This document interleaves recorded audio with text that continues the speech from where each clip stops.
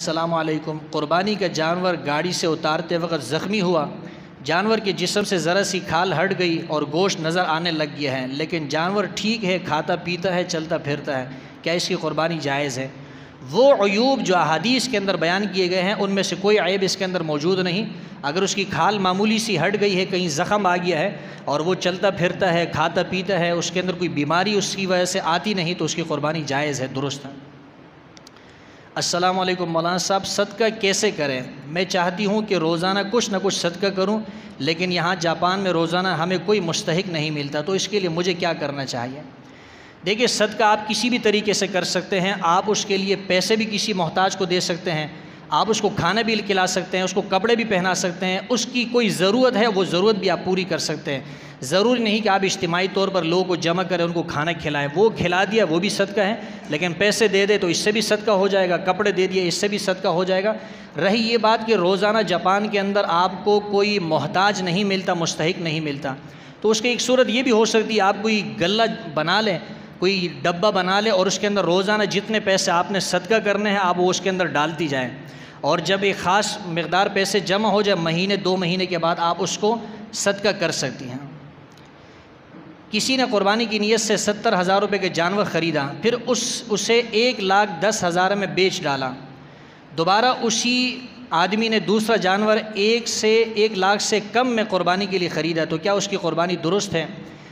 اگر اس نے قربانی کی نیت سے جانور خریدا تھا 70,000 میں اور پھر اس کو 1,10,000 میں بیچا ہے، اور پھر اس کے بعد جو جانور خریدتا ہے وہ کم قیمت میں خریدتا ہے، تو جتنا نفع اس کے پاس بچا ہے اس کا خیرات کر دینا، اس کا صدقہ کر دینا یہ ضروری ہوگا، اس کو استعمال نہیں کر سکتا ہے۔ اگر کوئی شخص بڑا جانور خریدے اور خریدتے وقت کسی کو شریک کرنے کی نیت نہیں تھی، بلکہ پورا جانور اپنی طرف سے ذبح کرنا چاہتا تھا، بعد میں کسی کو ملا لیا، تو یہ جائز ہے یا نہیں؟ اگر کسی شخص نے اس نیت سے جانور خریدا کہ اس کو میں پورا اپنی طرف سے قربان کروں گا، بعد میں اس کی نیت تبدیل ہو گئی، تو یہ دیکھا جائے گا کہ آیا جس نے جانور خریدا ہے وہ غریب ہے یا مالدار ہے۔ اگر مالدار ہے تو دوسرے کو شریک کر سکتا ہے، اگر غریب ہے تو پھر شریک نہیں کر سکتا۔ وجہ اس کی یہ ہے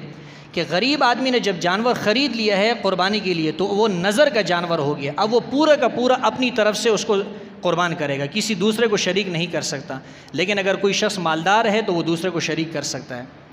میں باہر ملک میں کام کرتا ہوں، وہاں پاکستان سے 1 دن پہلے عید ہے، میں نے پاکستان میں کسی کے ساتھ قربانی میں حصہ ڈالا ہے، تو مجھے قربانی ہونے تک انتظار کرنے کے بعد جسم کے بال اور ناخن لینے پڑیں گے، یا پاکستان سے 1 دن پہلے بال وغیرہ لے سکتا ہوں؟ اپنے قربانی کے جانور کے ذبح ہونے تک انتظار کریں، یہ زیادہ بہتر ہے۔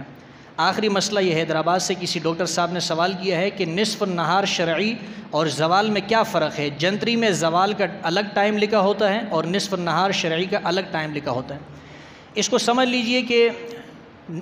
دن جو ہے، دن کو عربی میں نہار کہتے ہیں، اور نہار کی 2 قسمیں، ایک نہار شرعی ہے، ایک نہار عرفی ہے۔ صبح صادق سے لے کر غروب آفتاب تک کا جو دن ہے اس کو نہار شرعی کہتے ہیں، اس کا جو نصف ہوتا ہے وہ نصف نہار شرعی کہلاتا ہے، اور یہ زوال سے کچھ دیر پہلے کا وقت ہوتا ہے، اور طلوع آفتاب سے لے کر غروب آفتاب تک کا جو وقت ہے اس کو نہار عرفی کہتے ہیں، اس کا جو نصف اور آدھا ہوتا ہے وہ نصف النہار عرفی کہلاتا ہے، اور وہ جو نصف ہوتا ہے وہ زوال کا ٹائم کہلاتا ہے۔ تو دونوں میں فرق یہ ہے کہ صبح صادق سے لے کر غروب آفتاب تک پورا جو دن ہے اس کا جو آدھا ہوتا ہے وہ نصف النہار شرعی ہے، اور طلوع آفتاب سے لے کر غروب آفتاب تک کے جو وقت ہے اس کو نہار عرفی کہتے ہیں، اس کا نصف وہ زوال کا وقت کہلاتا ہے۔ تو دونوں میں یہ فرق ہے کہ نصف النہار شرعی کچھ پہلے وقت ہوتا ہے اور اس کی تھوڑی دیر کے بعد زوال کا وقت ہوتا ہے۔